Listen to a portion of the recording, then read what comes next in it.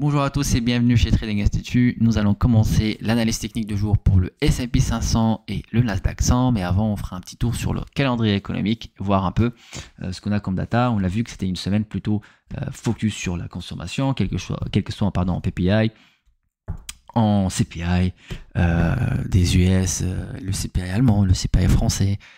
Et aujourd'hui, on a notre rendez-vous hebdomadaire donc de l'inscription de chômage tous les jeudis à 14h30. On aura l'indice de manufacturier de Philadelphie et tout ça c'est en pré-open. Pour nous, pendant notre session, on fera juste attention au discours de membres de FOMC, donc 16h, 16h30, mais normalement 16h30, la journée est terminée. On fera attention, donc comme on l'a dit, on est sur du plus haut historique. Donc voilà.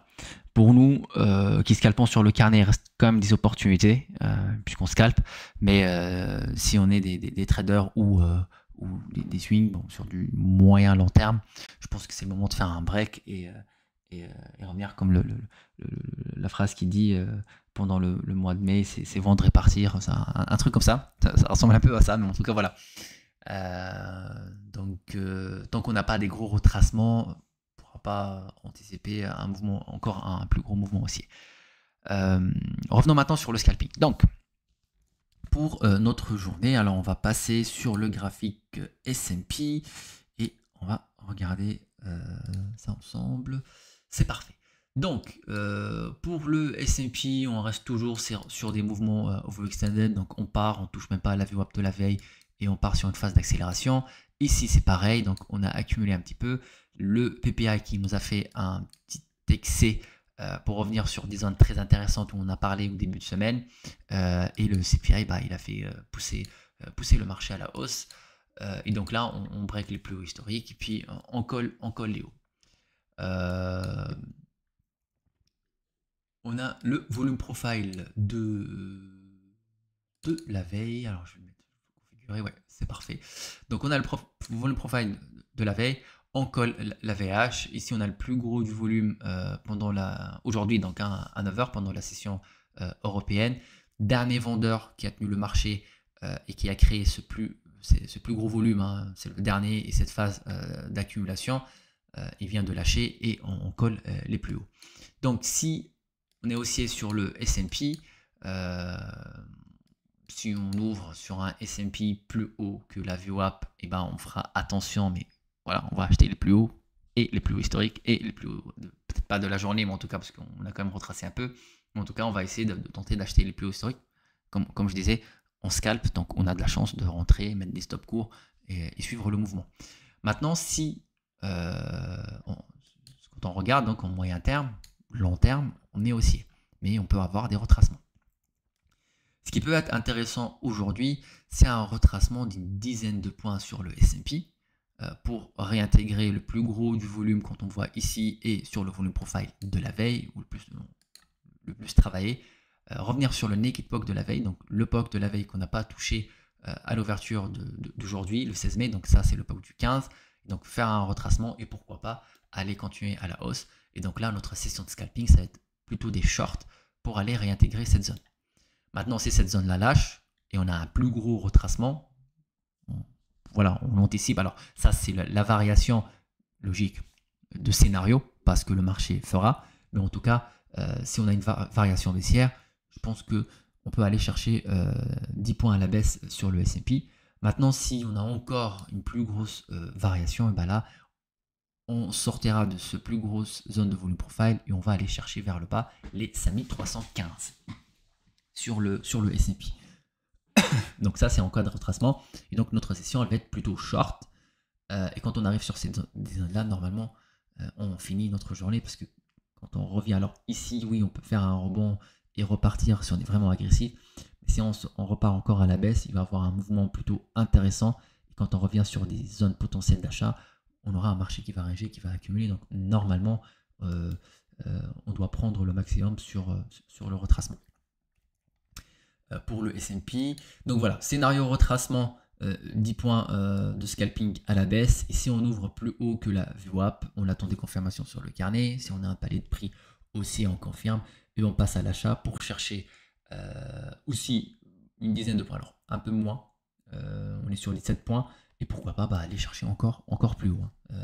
Shorter des plus hauts historiques. Alors, je sais que ça devient compliqué parce que acheter des plus hauts historiques, nous on scalpe, donc faut vraiment pas. Alors, on met des stops, bien sûr, on a notre stratégie, notre money management, notre scénario, mais on scalping, on achète, voilà, on met des stops. Moi, quand je tradais le S&P, j'avais des stops à 2-3 ticks. Donc, c'est vraiment, voilà, je peux acheter ou shorter. Mais en tout cas, voilà, je sais que psychologiquement, les plus hauts historiques, c'est vraiment un peu compliqué de dire est-ce que j'achète, et quand on voit maintenant shorter des plus hauts historiques, c'est toujours pas aussi intéressant puisqu'on a toujours des excès. On va passer sur le Nasdaq. On a deux marchés qui sont très bien corrélés. Donc on revient ici sur le Nasdaq. Même setup, même volume. Alors j'ai juste pas mis le dernier niveau d'achat en cas d'un très gros retracement sur le Nasdaq. On peut repartir chercher ici. Je vais juste tracer, pardon, on en parlera après. Donc pour le Nasdaq, pareil, le plus gros du volume, on a fait un rebond sur la VH de la veille et on colle les plus hauts. On a une petite phase d'accumulation depuis ce matin, donc on a un vendeur qui absorbe. Ça va être intéressant d'ici 15 heures de voir si on ouvre plus haut que ce plus gros volume et le volume de Londres, donc entre 9h et midi, 11h, hein, c'est là où on a le plus gros du volume échangé sur le marché US. Et si on ouvre plus haut que la VWAP, on passera sur des paliers de prix, on attend des confirmations sur le carnet et on passera à l'achat pour aller chercher les plus hauts historiques qui nous fera une variation pas beaucoup, hein, de 720, ouais, même pas vingtaine de points. Mais voilà, si on tombe sur une accélération et un excès haussier, là ça va être parfait, on va le suivre, on va scalper agressivement. Ça va pas être des phases d'accumulation, c'est-à-dire on va être purement scalping puisqu'on trade quelque chose qu'on n'a jamais touché et on n'a pas de data derrière ici qui vont nous donner des zones, des prix, etc.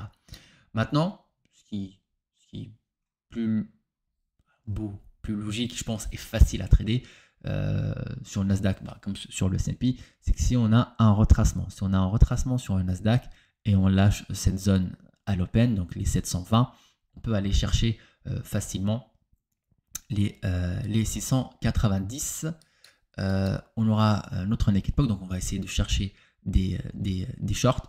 La VH de la veille, on fera attention quand on se rapproche vers les 705, on colle un peu notre stop suiveur pour éviter toute réaction et un rebond agressif sur cette zone là, mais on l'a déjà travaillé, on l'a déjà touché, donc si on est sur un retracement, on peut aller chercher les 690, le naked pop de la veille. Le naked pop de la veille, c'est le pop, comme je disais, sur le S&P qu'on a travaillé pendant la journée du 15, donc hier, et qu'on n'a pas touché depuis l'open de ce matin, le 16, donc après minuit.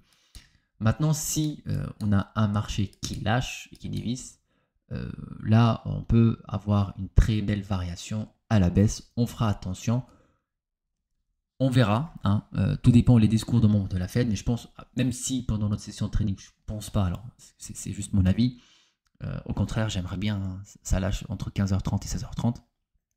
Je pense qu'on va rester sur un marché plutôt calme. Donc, faites vraiment attention. Prenez votre temps et surtout soyez patient sur les vrais prix, puisque je pense qu'on aura un marché qui va quand même balayer un peu au début à l'open.